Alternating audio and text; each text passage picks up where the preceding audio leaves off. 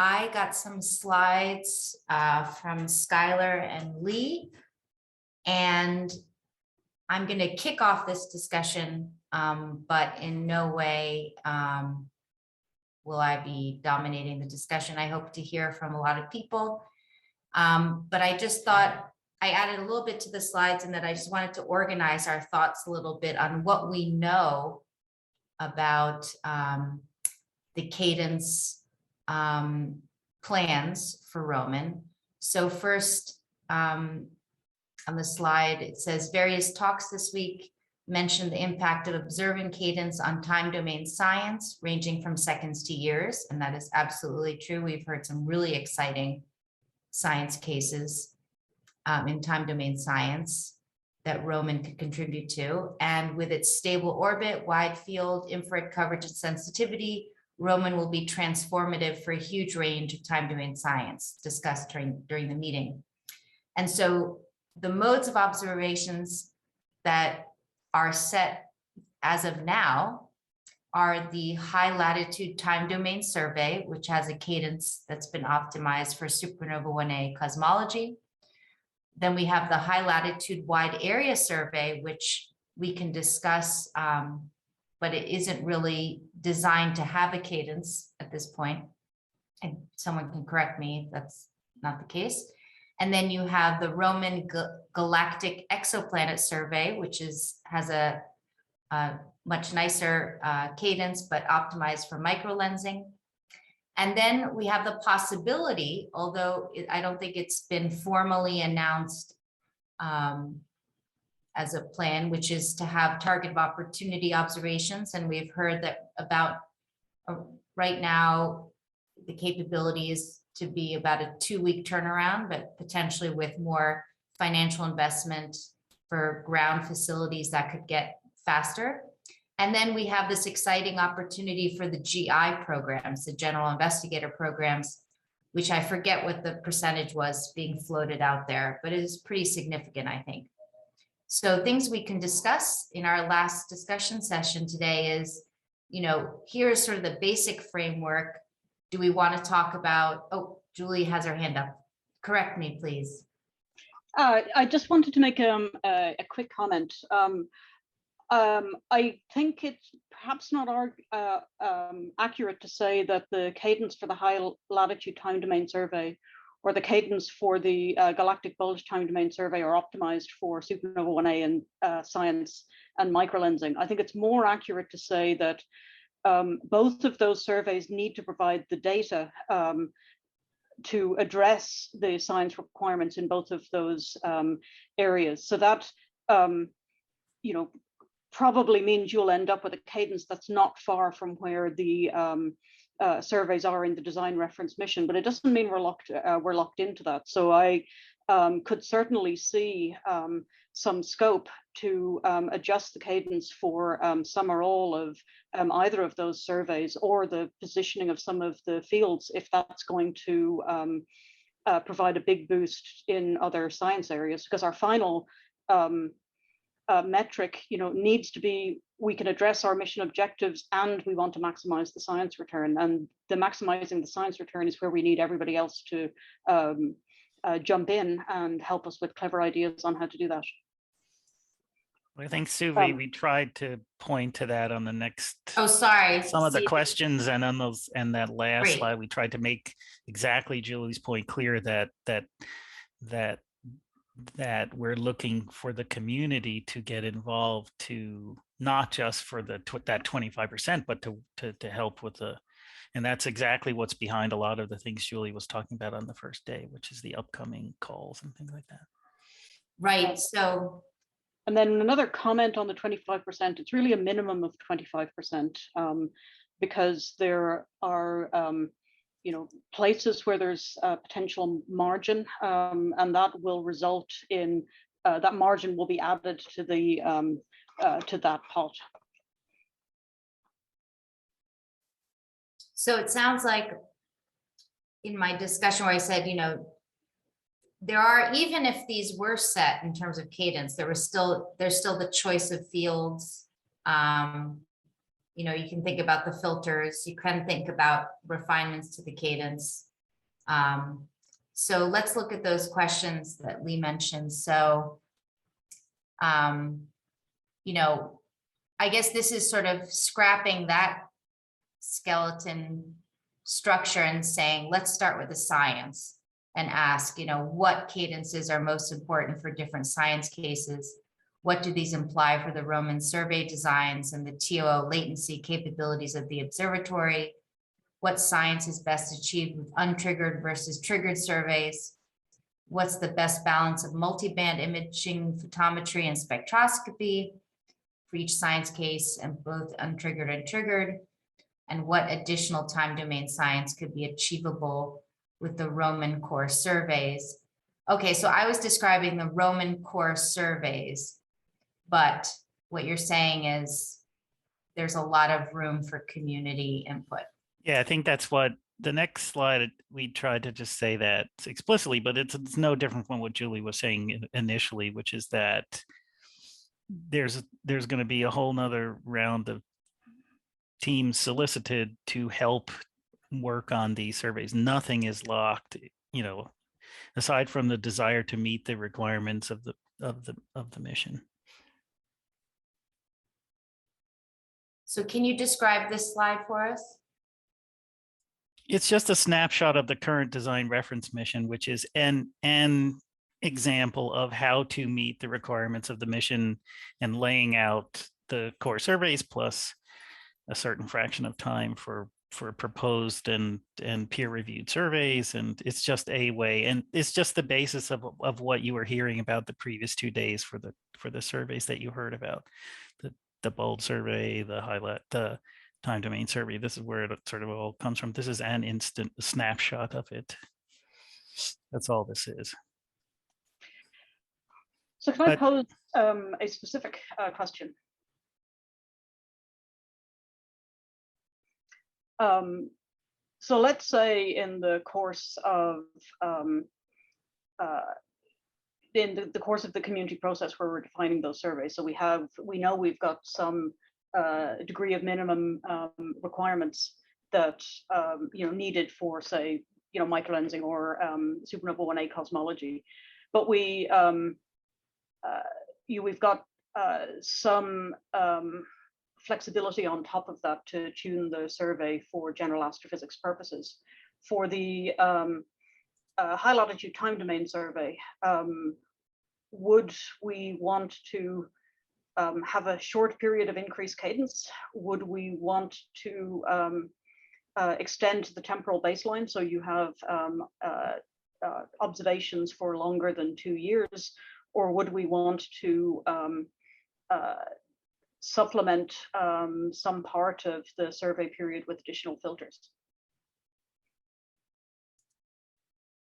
And I think it could be interesting to explore what the science return would be in each of those areas, because I think that would help take us down the path on sort of figuring out where we go if there's sort of some flexibility in time. I'm curious, is Ryan still on, or any other supernova 1A folks who did all these careful calculations for the 1A detection distribution? Did you guys throw in any, you talked about that there were going to be tons of core collapse supernovae and other transients. Is that data available somewhere in all different classes of transients, sort of detection rates, and maybe some potential starting point for looking at how small changes would expand the yield of certain classes of transients? Yeah, so I'm online. I have to leave in 6 minutes, but I'll point you first to Phil Macias, who's also online, and he's doing exactly what you just said right now. But I'll also say, at some point, there was this paper by Rebecca Hounsel that did a few different possible surveys. It's a little outdated because the characteristics of Roman have been updated since then, but somewhere on the internet, there are plenty of files that people can use to look at different efficiencies for different things. However, I believe all these simulations so far are really just your run-of-the-mill supernovae, your 1As, 2s, those sorts of things. We haven't included things like TDEs yet, but it's easy to do. So I don't know if Phil wants to comment more. No, I think that you pretty much summed up. It's funny listening to the conversation because it sort of emulates where I am in my mind, where first it was making sure that the requirements were met, and now it's sort of in the both optimizing that and also optimizing the other kinds of transient science. So that's exactly what we plan to do, but we're working on it now.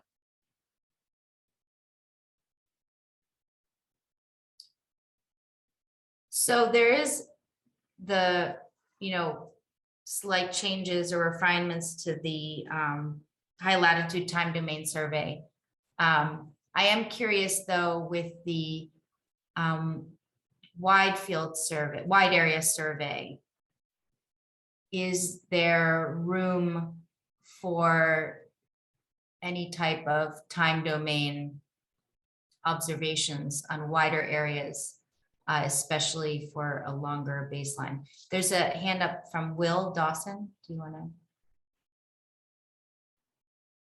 to? Sure. I mean, it's not involving any of those particular surveys, but we heard from Julie early in the conference about in 2 weeks or so, there's going to be this call for not only the major science teams, but also kind of ancillary science teams. I forget what, but more focused science teams on maybe some niche science or something, which is great. I think having an opportunity for broad community engagement is good.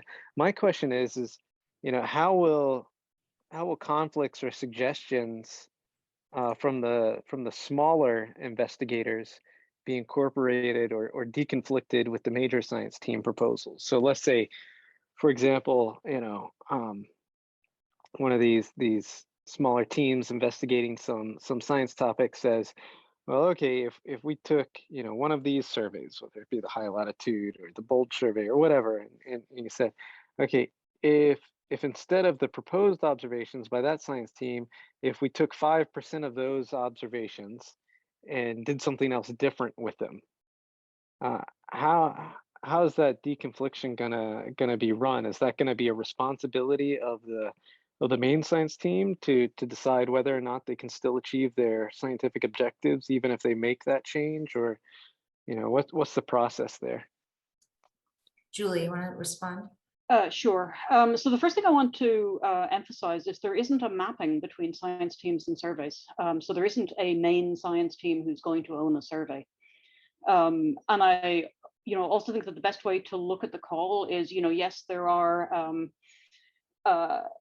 regular and large wide field science opportunities, but the large wide field science opportunities, which, like I mentioned, are like, a couple of $1 million, are open to all science areas. So I am anticipating that we will have teams that cover the areas addressed by the mission objectives in cosmology and exoplanet demographics. And we will be relying on those teams to help provide us with metrics on how well any given survey idea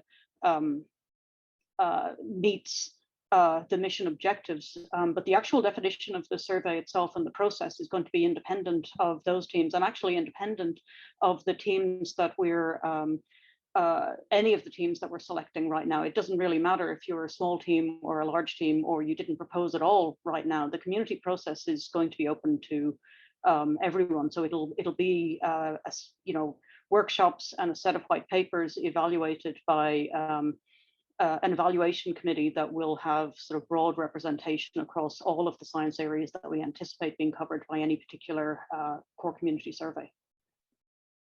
Does that answer the question? Yeah, that's very helpful. Thanks. So it'll be a metrics-based system similar to what Vera Rubin's doing right now with their kind of survey optimization. Yeah, I think that's a fair way to put it.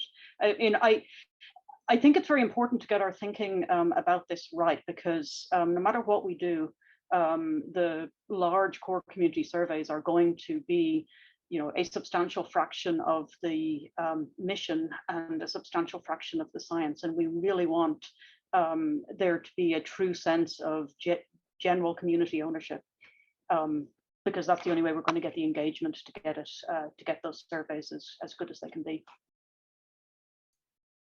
Wonderful. Jeff, you've had your hand up for a little while. Thanks.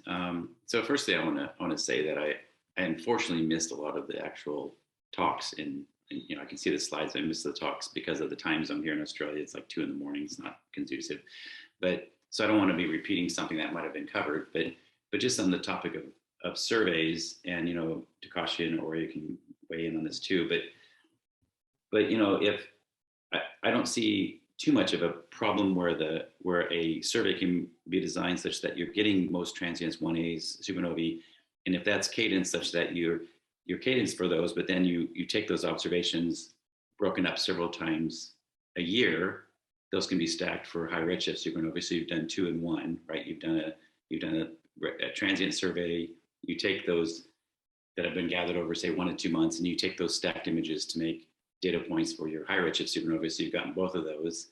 And even if you look in detail and you start saying, well, how would you break up that cadence for the 1As, instead of just doing one-time shot on the sky and coming back 5 days later, you could do a couple days repeating the same thing in a consistent manner. Now you've done fast transients. So you've done something that could get, I know you can't please everyone, but you've gotten something that's gotten a lot of science with just a single survey, just cadence in a thoughtful way. And I know there could be work on that, but I mean, that concept would just be one that could kind of solve some of the conflicts, perhaps.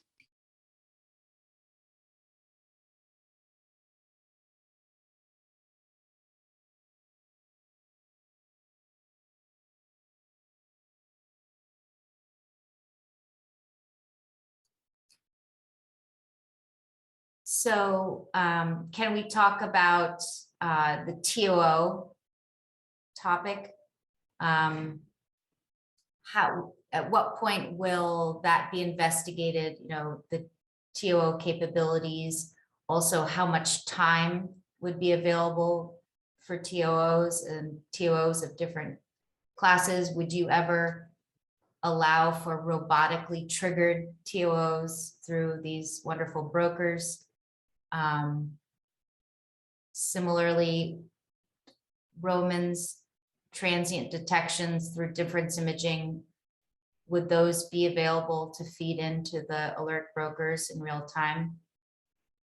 Are all of those details sort of going to be involved in this community process, or how can we advocate for that kind of capability? Well, let me make a quick comment about the TOOs, because that's an example of increasing mission scope. So for a cost cap mission is difficult to do. And I think we all agree that it would be great to have more rapid turnaround for target of opportunity observations. And there's a sort of a part of me that thinks that the time to have advocated for that was at the decadal survey, because they were the ones who would have had the ability to make a strong recommendation that NASA should invest more in this mission. So I feel like sometimes I'm sounding like I'm resistant to the idea of a shorter TO turnaround, and of course I'm not. But there are many ways that we could spend more money and have a higher science return from Roman. And we've just come out of a large community-based review that would have been a good place to hash some of those ideas out. But I think many of them just didn't come up.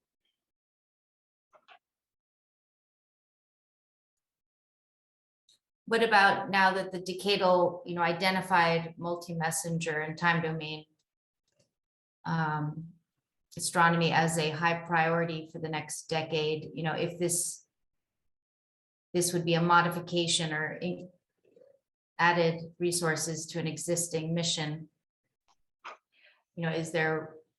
I mean, it's anything is worth a try. I mean, I'll be honest, I had hoped that there would be a Roman specific recommendation that we actually invest in improving our response and capabilities for time domain astrophysics, because that would have flowed funding in for developing additional pipelines in addition to TOOs. But that's not the Roman specific recommendation that we got. I see.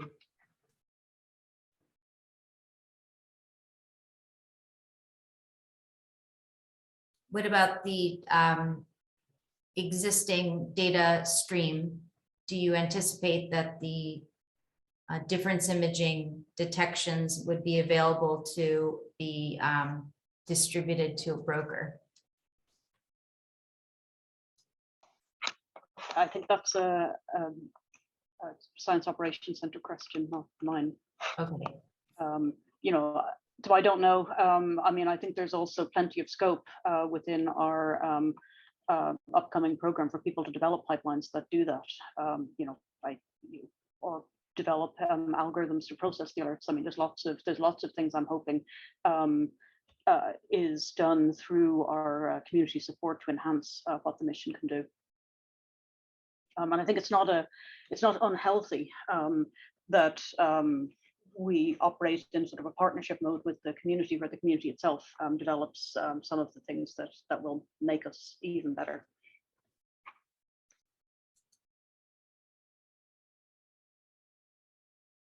Great. Does anyone have any other Cadence or survey design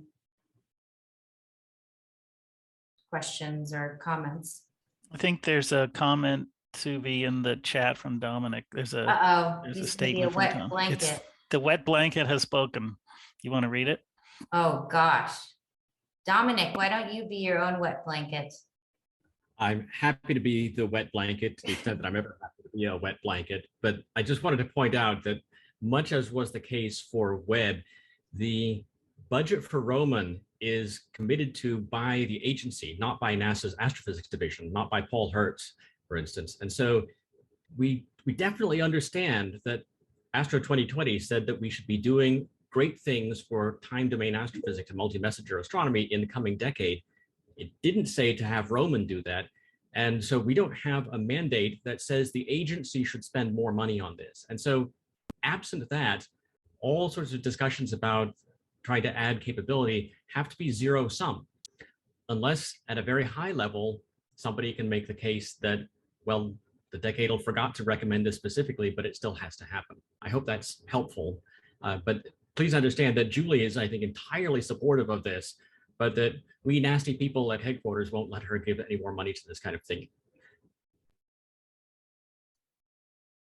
Federica, your hand up. Hello, yeah, I wanted to make a comment. Perhaps it's obvious, but I just want to emphasize that there is a bit of peril in saying the mission is not funded to do it, therefore the community can or maybe even should step up and do it, right? Because the community also needs funding for doing the same things. So it's a little bit of a perilous narrative. I'm all for working with the community and empowering the community and involving the community and responsibilizing the community, right? But at the same time, that doesn't mean that this work can happen without being funded. It still has to be funded. Right, I completely understand that. And my point is that we are funding the community, right? That's what this upcoming Rosa's solicitation is to do. I completely agree with you, right. That hoping that something happens without resources is a recipe and probably really frustrating people because they won't be able to do things the way that they would like to. Yes, exactly. Thank you.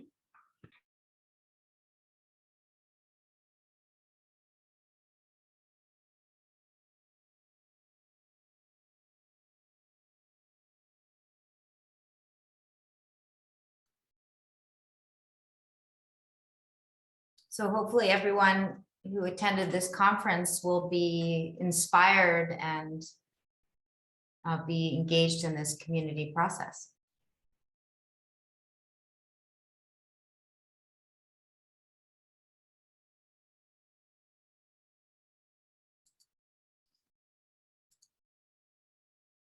And we can all read Federica's paper on how to do community engaged cadence.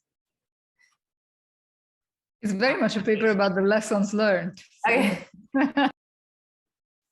So we should read it before we start this process.